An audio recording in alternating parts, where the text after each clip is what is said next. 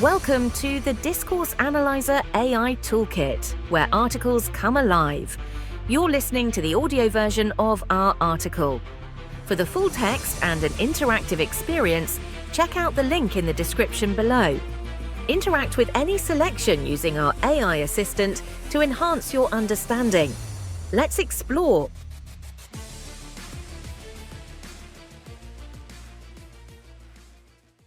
Power in discourse analysis. In discourse analysis, power is understood as a pervasive and dynamic force that operates through language and social interaction. It is not merely about overt dominance or control but involves subtle and often invisible mechanisms that shape how individuals and groups interact, think, and understand the world. Here are key aspects of power in discourse analysis, enriched with examples. Power as relational. Power is relational, meaning it exists in the interactions between individuals and groups. It is not something that one person or group possesses in isolation but is exercised and negotiated in social relations. Example: in a workplace, a manager and an employee engage in a discourse where power dynamics are evident. The manager may have formal authority, but the employee can exercise power by influencing decisions through expertise, persuasive communication, or alliances with other colleagues. Power and language. Language is a primary medium through which power is exercised and maintained. The way language is used can reflect and reinforce power structures, shaping perceptions and behaviors. Example: political speeches often employ rhetorical strategies to persuade and mobilize public opinion. The choice of words, tone, and framing can legitimize certain actions or policies while delegitimizing others. For instance, labeling a protest as a riot, rather than a demonstration, can influence public perception and response. Discursive practices. Discursive practices are ways of using language that are patterned and regulated within particular social contexts. These practices can reinforce or challenge power relations. Example: in academic settings, certain discursive practices, such as the use of technical jargon and referencing canonical works, can create barriers to participation for those not familiar with the conventions, thus maintaining power dynamics within the academic community. Ideology and power. Power is closely linked to ideology, which comprises the beliefs, values, and norms that justify and sustain power relations. Dominant ideologies are often embedded in discourse, making certain power structures seem natural and unquestionable. Example: media discourse often reflects and perpetuates dominant ideologies. For example, news coverage that consistently portrays economic success in terms of GDP growth and stock market performance supports capitalist ideologies and marginalizes alternative economic perspectives, such as those focusing on income inequality or environmental sustainability. Hegemony. Hegemony, a concept developed by Antonio Gramsci, refers to the dominance of one group over others, not through coercion but through the consent of the dominated. This consent is achieved through the spread of dominant discourses that shape people's beliefs and values.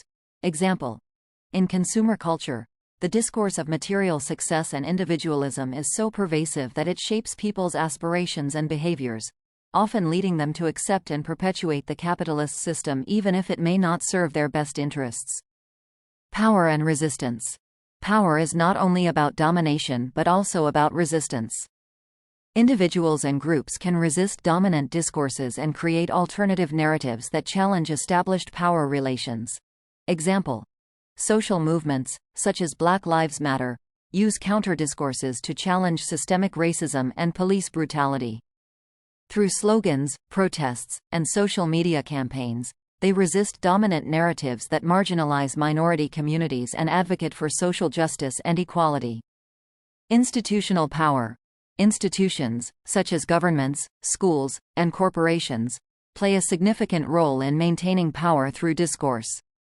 Institutional discourse shapes norms, rules, and expectations, influencing how individuals behave and perceive themselves and others. Example: educational institutions often use standardized testing as a discourse of meritocracy, promoting the idea that success is based solely on individual effort and ability. This can obscure structural inequalities that affect educational outcomes, such as socioeconomic status or access to resources. Power and identity. Power relations influence the construction and negotiation of identities. Dominant discourses can impose certain identities on individuals or groups, affecting how they see themselves and how others perceive them. Example: gender discourses in society often impose stereotypical identities on men and women, dictating how they should behave, dress, and interact. Women in leadership positions might face discourses that question their competence or authority, reflecting underlying gender biases. Conclusion: power in discourse analysis is a multifaceted and dynamic concept that operates through language and social interaction. It involves the ability to shape perceptions, behaviors, and identities, often through subtle and normalized discursive practices. Understanding power in discourse requires examining how language reflects, reinforces, and challenges social hierarchies and ideologies. By analyzing these power dynamics, researchers can uncover the mechanisms that sustain or disrupt social structures and contribute to broader social change. Frequently asked questions. What is power in the context of discourse analysis? Power in discourse analysis is understood as a pervasive and dynamic force that operates through language and social interaction. It is not just about overt dominance or control but involves subtle and often invisible mechanisms that shape interactions, thoughts, and understandings. How is power relational in discourse? Power is relational, meaning it exists in the interactions between individuals and groups. It is exercised and negotiated in social relations rather than being possessed by one person or group in isolation. For example, in a workplace, a manager may have formal authority, but an employee can influence decisions through expertise or persuasive communication. How does language serve as a medium for exercising power? Language is a primary medium through which power is exercised and maintained. The use of language can reflect and reinforce power structures, shaping perceptions and behaviors. Political speeches, for instance, use rhetorical strategies to influence public opinion, where the choice of words and framing can legitimize or delegitimize certain actions or policies. What are discursive practices, and how do they relate to power? Discursive practices are patterned ways of using language within particular social contexts.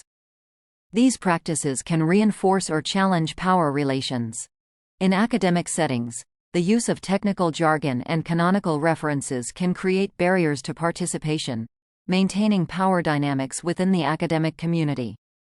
What is the link between ideology and power in discourse?